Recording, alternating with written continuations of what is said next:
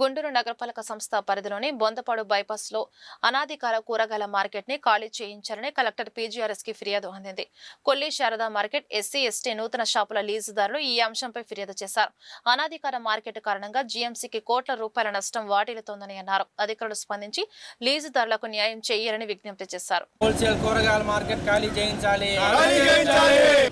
Kolli Sharada market shop లీజుదారులు wholesale కూరగాయల market లీజుదారులు మేము కొల్లి శారదా మార్కెట్లోనే హోల్సేల్ కూరగాయల వ్యాపారం చేయాలని చెప్పి గజెట్లో కూడా నమోదు చేశారు. కానీ బొంతపాడు బైపాస్లో కొల్లి శారదా మార్కెట్ పాత లీజుదారులు ఒక 60 మంది సిండికేట్గా తయారయ్యి గుంటూరు తూర్పు నియోజకవర్గానికి చెందిన ఒక టీడీపీ నాయకుడు అన్నదండలతో అక్రమంగా ఎటువంటి అనుమతులు లేకుండా కార్పొరేషన్ నుంచి కానీ ఇతర ప్రభుత్వ శాఖల నుంచి కానీ ఎటువంటి అనుమతులు తీసుకోకుండా బహిరంగంగా 15 ఎకరాల్లో వ్యాపారం చేస్తున్నారండి.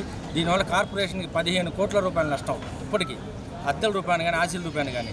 ఈ సదరు విషయాన్ని మేము కమిషనర్ గారికి తెలియజేసామండి. ఆయన కూడా స్పందించారు. కాకపోతే రాజకీయ నాయకుల ఒత్తిడి వల్ల పూర్తిగా ఆయన సఫలీకృతంగా చేయలేకపోతున్నారు విషయాన్ని. కాబట్టి ఈ యొక్క విషయాన్ని కలెక్టర్ గారి దృష్టికి తీసుకురావడానికి వచ్చాము. మీరు ఏదైనా పత్రికాముఖం తెలియజేయండి అంటే గుంటూరు కొల్లి శారదా మార్కెట్లోనే హోల్సేల్ వ్యాపారం చేయాలి. అది మున్సిపల్ యాక్ట్లో పొందుపరచబడింది. కాబట్టి ఎప్పటికైనా కొల్లి శారదా మార్కెట్ ఎస్సీ/ఎస్టీ లీజుదారుని కాపాడండి.